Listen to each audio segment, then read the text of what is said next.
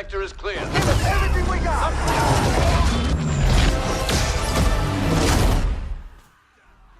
Hey people, welcome to Top Cat's new lair. Oh my god! It's craziness. So, yeah, I've moved place. What a craziness is going on. I had a lot of fun.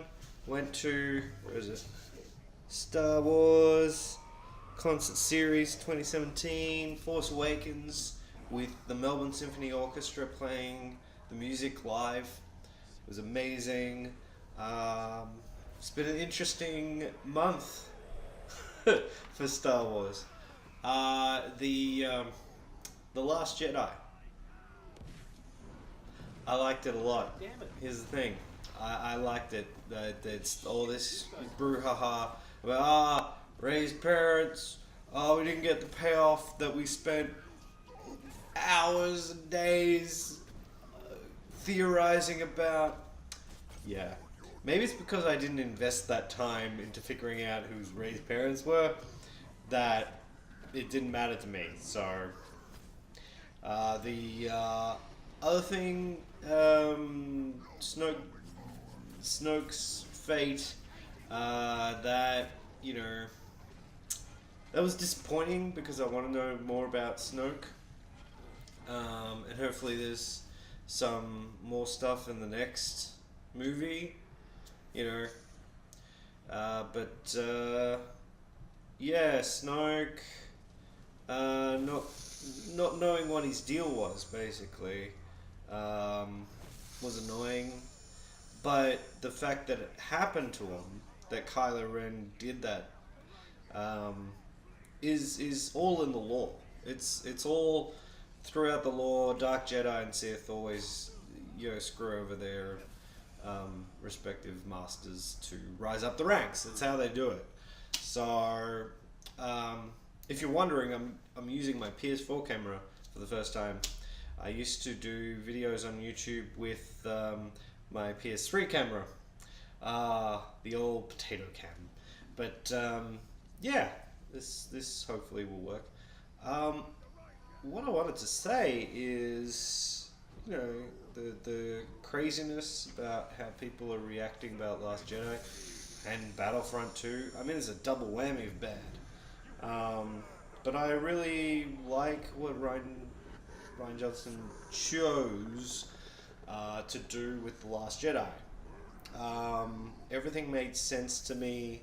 I had a bit of a debate, which I'll put a link in the description about, with someone on Facebook about the decisions, and I was like, no, they all make sense.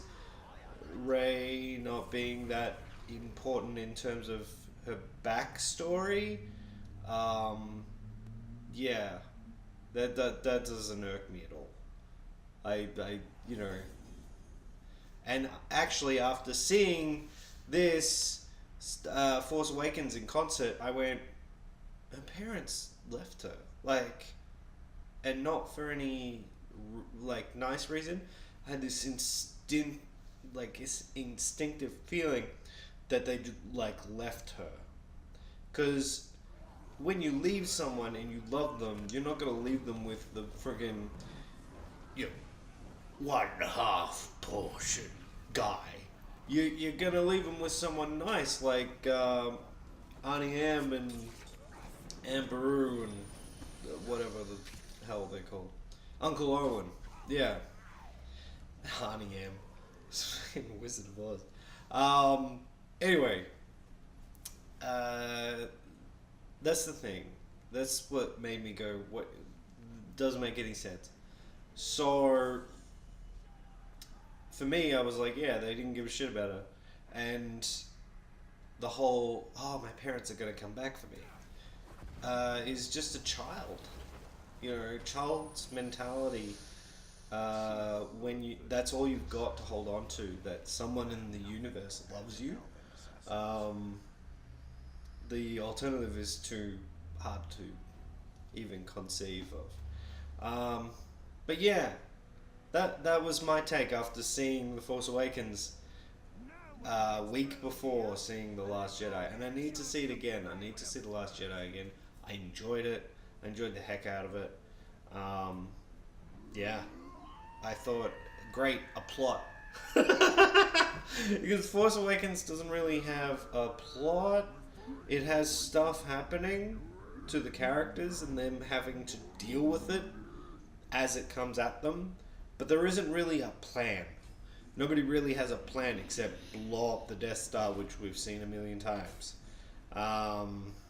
So, yeah. Force Awakens, I wasn't a big fan of. It's fun, but I'm not a big fan of.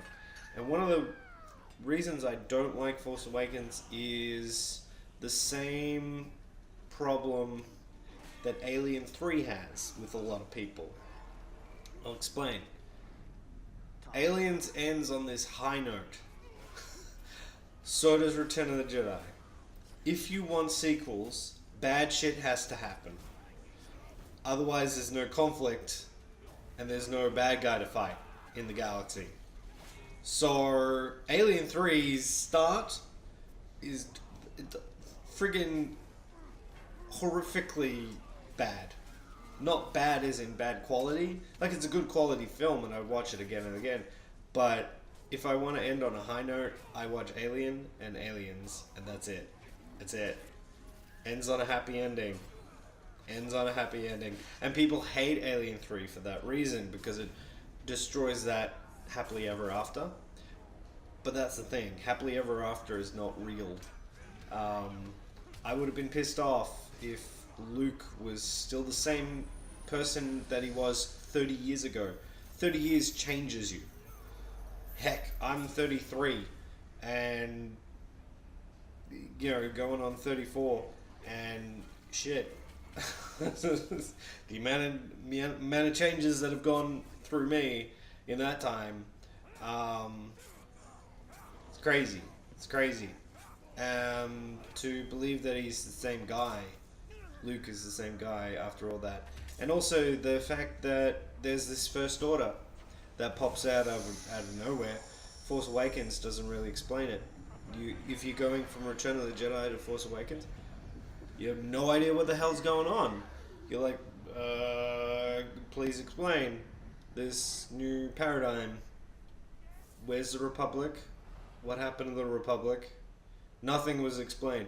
That's why I didn't like Force Awakens. Rogue One ends well and starts well, and there's shit in the middle. Especially this very, very early stuff. It's just the combination of bad, just a bad storytelling, and you're like, well, you get thrown in the thick of it during A New Hope, so why are you pissed off that you're thrown into the thick of it in Force Awakens? Well, Force Awakens had prequels. There were prequels to Force Awakens, and what's the lead-in? Well, this is the First Order. What's the First Order? What's it made up of? How do they come to be? I have all these questions. None of them have been answered in the movies. Oh, it's all in the books. Gotta buy the books and buy the other merchandise, and oh, fuck off.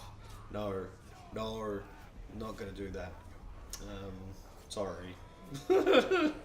I have what's called a life, and I intend to lead it somewhat, says the man talking into a camera, to presumably no one. But yeah, I like The Last Jedi because it surprised me. I didn't know where it was going to go, and yet I understood the intent of each character and the intent of like where we were gonna go in terms of the plan. The characters have plans. The mayor's got plans. And what did I do? I turned their plans on their head. Yeah, that's what the movie did. Took plans, preconceptions, and just threw them over their shoulder. That's what they did. That was great. It set the tone for the movie. I loved it. I loved everything. I love Luke drinking weird milk. I love Yoda. I love... Dude, I will put a major spoiler alert thing on this, but I loved everything about the movie. I mean, there's stuff that hurts that we don't get to learn about Snoke. There were some editing things that reminded me of Rogue One. That was another thing. They didn't use the traditional screen wipes transitions like in the Force Awakens and the original films. It was more like Rogue One. It had its own identity, which I liked. Yeah, I liked everything. I liked it so much, and I can't wait to see it again, and again, and again, and again, and again. Because I was worried with Force Awakens that it was just going to be rote, trying to copy nostalgia. Yeah, so... Anyway, hope you enjoyed me prattling on about things that I like that you probably disagree with and that you're going to lambaste me in the comments for. But that's the thing. I'm more at peace with Force Awakens now that I can see where they're going with the new Star Wars. Yeah. It's not that I hated Force Awakens. It's just we've been here before, show me something new. And that's what The Last Jedi did.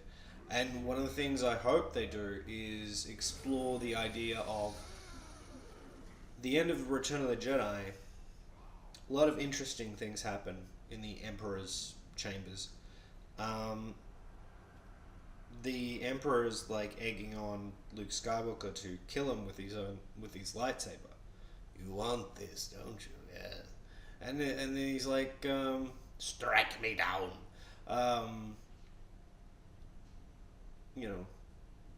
Take your weapon.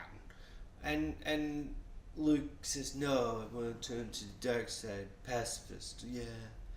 And it's like, that ultimately gets him zapped nearly to death by the Emperor. And then we don't have any more Luke's story, right? We don't know how that affected him. And then there's the what if. What if Luke had killed the Emperor? Because the Emperor's egging him on to do it. Is there something the Emperor knew that Luke didn't?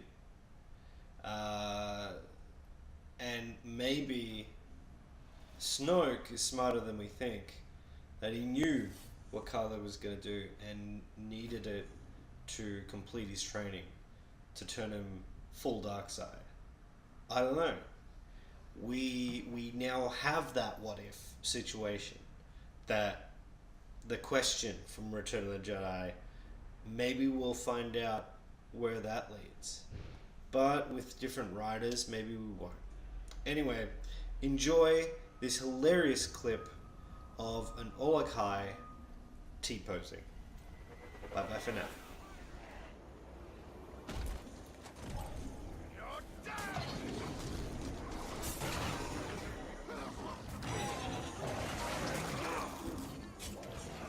Oh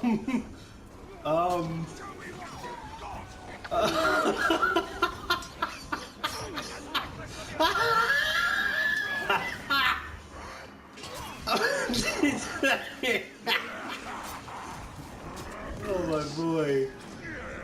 Oh. That was the most hilarious thing. Oh god.